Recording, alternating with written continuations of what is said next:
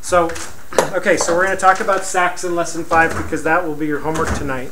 Tomorrow night's homework will be to study for a quiz slash test. All right?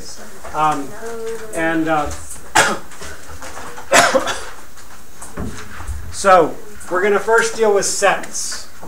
And it's just going to be a very quick little explanation. Right? Sets are ways of identifying numbers. Okay? And it could be sets of, you could have a bunch of, heights of rooftops. I could have 12 houses. And I could have 12 different heights of different houses. And I could write them all in sets. But sets are always written with brackets, braces. Like this, right? So I could say 1, 2, 3, 4, and I could go ... if I want.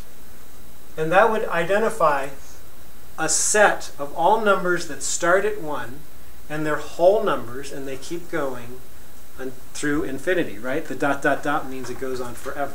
Yes? Do those have to be in order? Like, I know that they should, like, but do they have to be, like the first, the second, the third, or can you just, like, put them randomly as long as you put It's better to have them in order of, like, with the date, right? Yeah. Like 2 years ago, I was randomly looking at somebody's notes, and I couldn't believe it. I opened up their notebook, and when I said take out your notes and start writing your notes, they would randomly open their notebook, and they wouldn't look to see where they left off. They would just open up. If it's a blank page, they would write their notes, right? And then they'd close their book. The next day, they'd open it up. If it's a blank page, they'd write their notes. Everything was out of order. It was like crazy. It's like you couldn't find anything. So yeah, it's really helpful to have them in the same order. But so does anybody know what kind of numbers these are actually called? This set is actually representing a certain type of number. Thorn. Prime numbers? Not really. It's a good idea, but prime numbers are numbers that are divisible by 1 and themselves only, right? 1 is divisible by 1 and itself. Technically, 1 is not considered a prime number. 2 is the first prime numbers. It's divisible by 1 and 2. The reason why 1 isn't is because 1 and 1 is the same number. So it's really only divisible by one number. Do you see what I'm saying? Yeah. So 2 is divisible by 1 and 2. 3 is divisible by 1 and 3. But 4 is divisible by 1 and 4 and 2 and 2. Right? So those are not prime numbers. These are actually called natural numbers. What's the root of the word natural? How it regularly comes. Or they're called. Well, what's the root word? Nature, right? Or they're Nature. Called counting numbers. Or they're called counting numbers. Or counting numbers. Right. Very good. Counting numbers. They're the same thing. In nature, right? Natural means nature, right? That's the root word of natural, nature. In nature, if you're counting grapefruits, what do you start with when you see one up there? You go 1. You start with 1. Do you look up in a tree and say 0? No. No, you don't do that. You never count starting at 0. You count starting at 1, right? And in nature, when you're counting grapefruits, you're starting with 1. You don't start with 0. So it starts with 1. Now, what about this set? 0, 1, 2, 3, 4, ... What kind of numbers are those? Yes. Whole numbers. Are you looking in your book? Yes. I thought so. Whole numbers. Whole numbers. And then there's another kind of a number that might have negatives in it. Like -2, well actually I put ... -2, -1, 0, 1, 2, ... Anybody know what those are? Even numbers? Integers. These are integers. Integers. Integers. Right. All right. So you use these little brackets to identify a set of numbers that have something in common. Does that make sense? in this case, I chose to use numbers that are natural numbers or counting numbers. And this one, it was whole numbers. This one is integers. But I could do one that says Gary's age. I could do a set of all the ages of everybody in the class, or maybe all the teachers in this class. There's me and Evan. So, you know, I could do a set of our ages. Like I'm 243, and Evan, you were how old? 27. What? 27. 27. Okay, so that's a lovely set, right? And that's ages of the teachers, right? I eat very healthy. Okay, so but you could have sets of anything, right? They're just numbers that relate to each other in some way. Okay, so the key is that you have those brackets around them, those braces, right? Braces. Okay, so that's sets. We're done with sets. Are we done? Isn't there a difference between those and the So you like these? yeah. Okay, so these are brackets. These are braces, brackets, and these are parentheses, Okay. right? You will often see parentheses and brackets as basically as like parentheses. Sometimes you'll if you have more than one set of parentheses in a problem, they'll do different ones to identify which ones they're talking about. And every now and then, if they have 3 different things, they might use braces as parentheses as well. Yeah, does that make sense? But anyways, all right. So we're done with sets.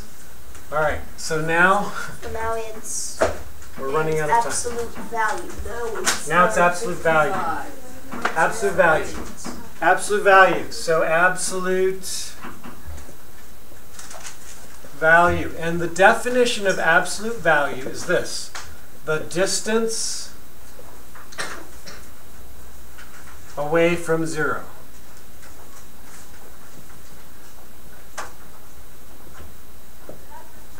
So, and the way you write absolute value is something like this.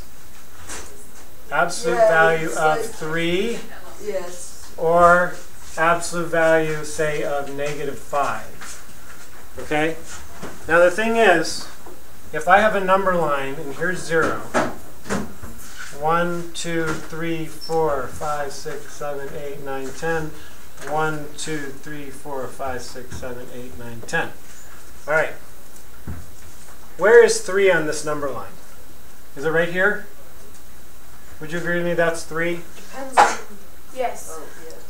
All right. So it's saying the absolute value of 3. In other words, how far is 3 from 0? How far is 3 from 0? 3 It's 3, right? lines. 3 lines away, right? It's 3. So the absolute value of 3, positive 3, is 3. All right. This one is -5. I'm going to go over to -5. 1, 2, 3, 4, 5. -5. How far is -5 away from 0? 5. Positive 5, right? It's 5 away from 0. So the absolute value of -5 is 5. Does that make sense so far? Yes. So now that we have these two, let's look at the rule. If you have an absolute value of a positive number, it equals that number positive. If you have an absolute value of a negative number, it equals that number positive, right? Now, if you had something like this, though, let's say you had this. The absolute value of -5 plus 2. What would that be? -5 plus 2. It would be, so you're going over -5 and then 2 more, so it's going to be -3, right? So really, I wouldn't make this -5 a positive 5. I would have to do what's in here first. I'd have to add these together, right? So that is equal to -3. Absolute value of -3. What's the absolute value of -3? How far is that from 0? 3. 3. So it's just 3. Does that make sense? Yes. If you have like an expression in here, you have to combine them first, right? You can't just change that -5. You don't just change any negatives to positives. You take the final value and then you make it positive. Does that make sense? Okay, so that's absolute value. Now the one, no, what about this though? What if I gave you this? What if I said the absolute value of -2? So start on the inside, all right? Start on the inside. The absolute value of -2 is what? 2. -2. No. -2. It's 2. It's -2. Right. The answer is negative. The total answer is -2.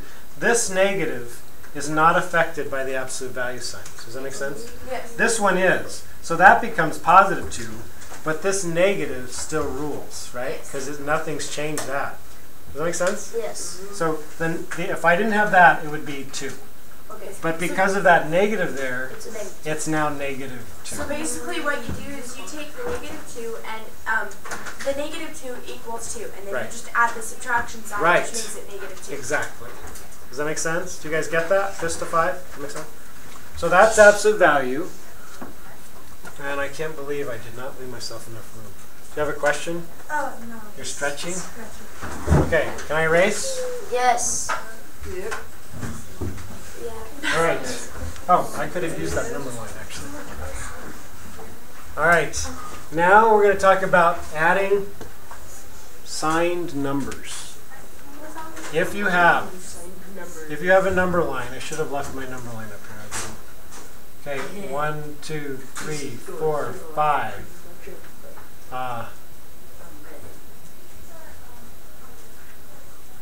And then 1, 2, 3, 4, 5, 6, 7, 8, 9, 10. Okay. 1, 2. So -5. You guys are all familiar with the number line, right? Yes. Yeah. That all these numbers are negative, right? And all these numbers are positive. To the right of 0, it's positive, and to the left of 0, it's negative. I think you guys have all had that, right? Or not? Correct. Is there anybody that hasn't learned that? Well, no, can I have one? Yeah, totally.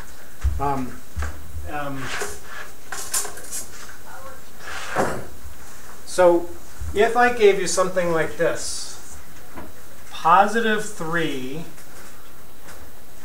plus, I'm going to put it in parentheses for now, plus +4. So I would start at 0. I would start at 0, right? And I would actually go, I'm just going to go up a little bit. I'll put dotted lines so that I'm showing I'm going up a little. I'm going to go over 3. 1, 2, 3.